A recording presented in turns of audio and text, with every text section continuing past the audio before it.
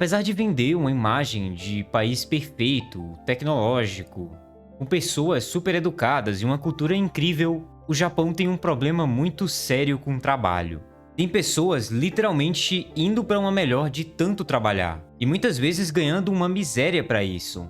Isso não é exagero, é algo tão real que já está preocupando o próprio governo japonês. A gente está falando de milhares de casos registrados todo ano. Milhares.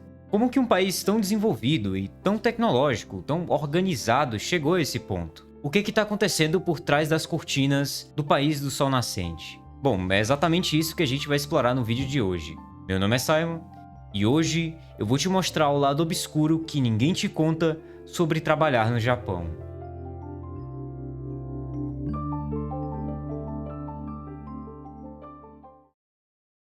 Imagina você trabalhando 80, 90, às vezes até 100 horas extras por mês, dormindo 3, 4 horas por noite, sem ter final de semana para descansar, sem ter tempo para sua família, sem ter tempo para praticamente nada.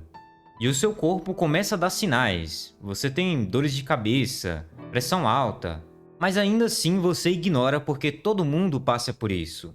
Até que um dia acontece o pior. Existem muitos casos de pessoas que passaram por isso no Japão.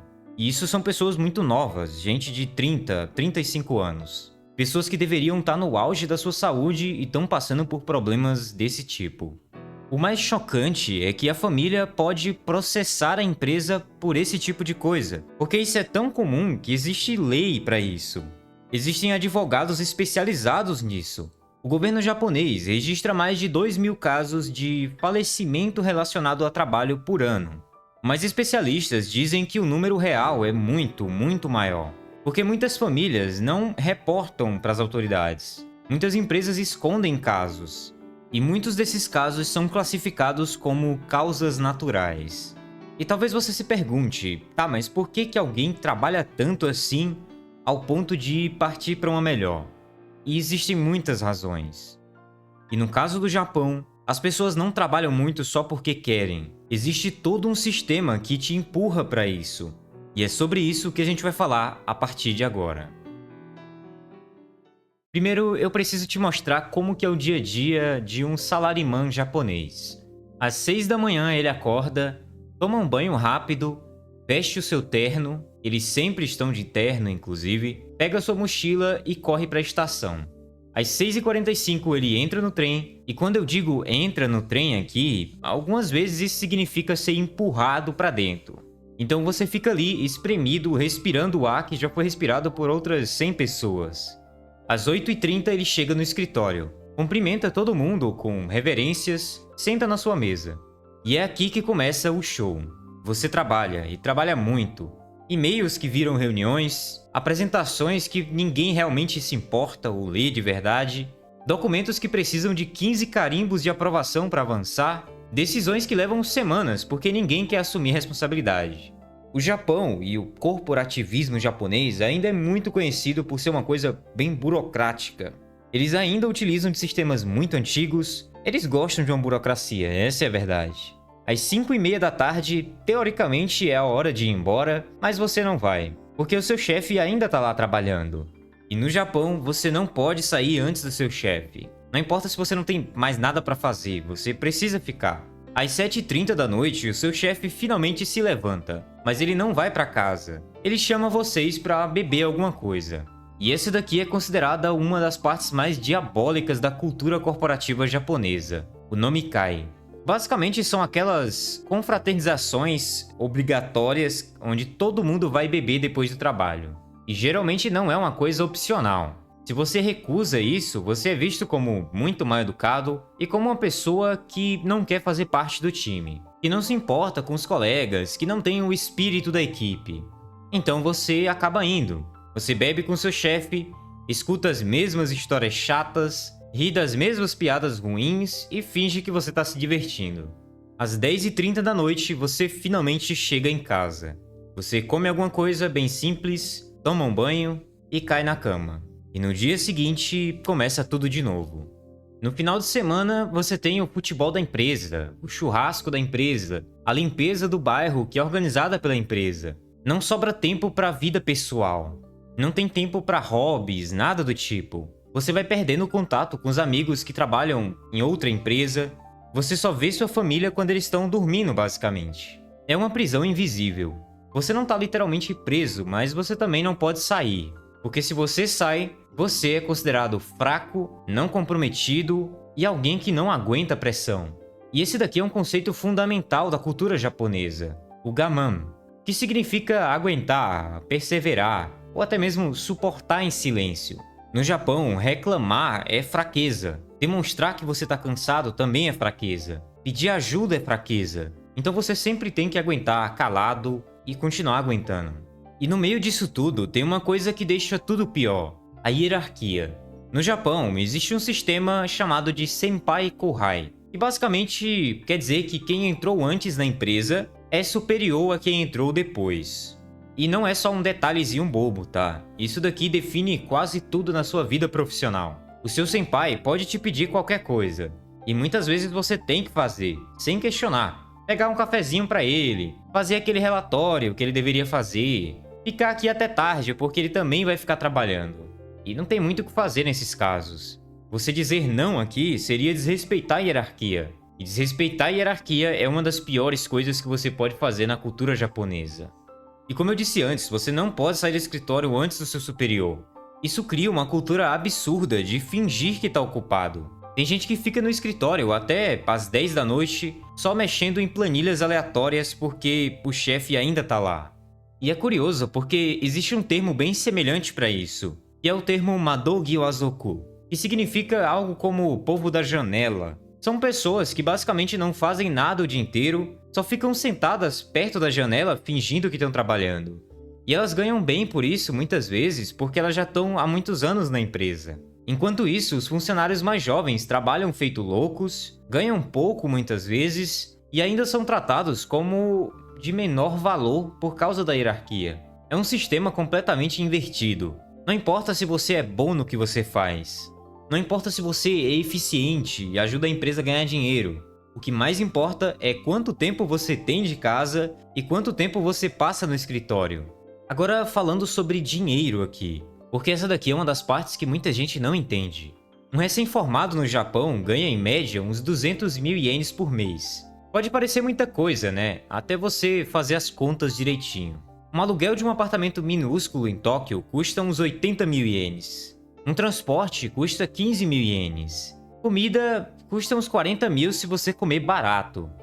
E se você for adicionando luz, água, internet, seguro de saúde que alguns lugares te obrigam a ter, no final você vai ficar com uns 20, 30 mil ienes. Isso é tipo 200 dólares por mês. E aí você me pergunta, tá, mas e as horas extras que eles fazem? Eles trabalham muito, né? Bom, as horas extras. Isso daqui é outra pegadinha do sistema japonês. Existe um conceito chamado Service Zangyo, que são horas extras de serviço. Basicamente, são horas extras que você faz voluntariamente para a empresa, sem ganhar nenhum centavo a mais por isso. Você trabalha 50, 60 horas extras no mês e não ganha nenhum centavo a mais no seu salário. Muitas vezes isso daqui é causado por causa da pressão que a empresa te coloca e eles enxergam isso como um favor que você está fazendo para a empresa. É a sua forma de mostrar a lealdade. E sim, obviamente isso daqui é ilegal, mas é muito comum e acontece em praticamente todas as empresas. E ninguém reclama, porque reclamar é fraqueza, lembra?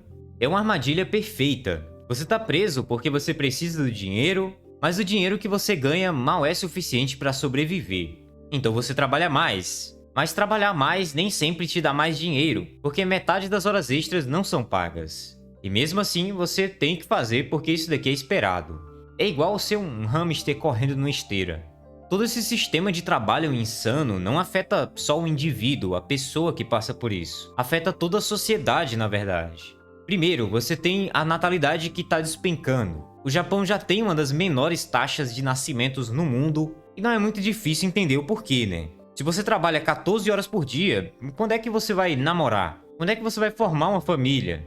Muitos japoneses decidiram desistir de fato da ideia de ter filhos, porque eles não sabem quando que vão conseguir dar atenção para uma criança. E na cultura japonesa, se você não pode fazer algo direito, é melhor não fazer. E existem também alguns movimentos de homens que acabaram pegando uma carona nesses problemas do Japão, como é o caso dos homens herbívoros e como é o caso dos hikikomori também.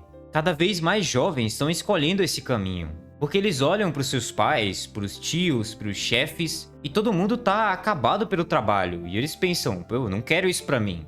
E por último, você tem casamentos e relacionamentos cada vez mais rasos. Além da falta de tempo, existe outro problema. As pessoas estão exaustas demais para se relacionar. Você chega à noite, acabado, sem energia nem para conversar. Como que você constrói um relacionamento profundo desse jeito? Então tem cada vez mais japoneses que vivem sozinhos a vida inteira. Não por escolha, mas porque eles simplesmente não tiveram tempo ou energia para construir outra coisa. Tá, Simon, mas se é tão ruim assim, por que que não mudam? Boa pergunta. A gente vai explorar um pouquinho isso aqui. Primeiro, você tem um problema entre tradição e necessidade. Muita coisa no Japão ainda é feita porque sempre foi assim. A hierarquia sempre foi assim, as horas longas sempre foi assim, a lealdade à empresa sempre foi assim. Mudar isso seria como desafiar séculos de cultura. E uma sociedade onde respeitar a tradição é muito importante, isso daqui é praticamente impossível. Nos últimos anos, o governo tem tentado implementar mudanças, tipo limitar o tanto de horas extras que você pode fazer no mês para 45 horas. E ainda é muita coisa, mas enfim. E o problema é que as empresas sempre dão um jeitinho.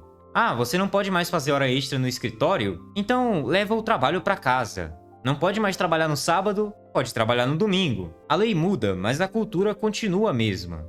E o terceiro, e talvez o maior motivo para isso, é o medo coletivo. As pessoas não se rebelam porque elas têm medo. Medo de perder o emprego, medo de não conseguir outro, medo de decepcionar sua família e ser visto como um fracassado.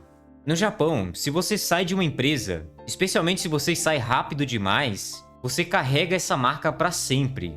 Outras empresas vão olhar para você com uma certa desconfiança. Então as pessoas preferem ficar, elas preferem aguentar, preferem se destruir aos poucos do que arriscar sair. É um sistema que se auto-perpetua através desse medo. O que a gente pode aprender com isso daqui são algumas lições.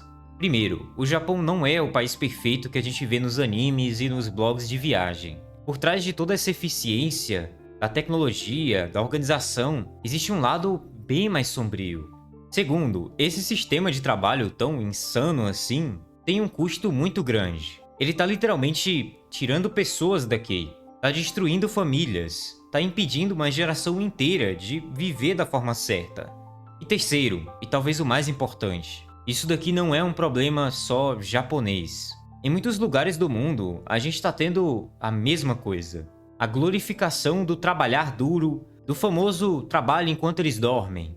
A Coreia do Sul tem problemas parecidos. A China também. Até mesmo países ocidentais, a gente vê essa cultura da pessoa sempre estar disponível, sempre produzindo alguma coisa. Será que realmente vale a pena isso? Eu sei que às vezes vale a pena trocar sua saúde por produtividade, principalmente quando você está fazendo algo para você mesmo, mas até onde isso vale?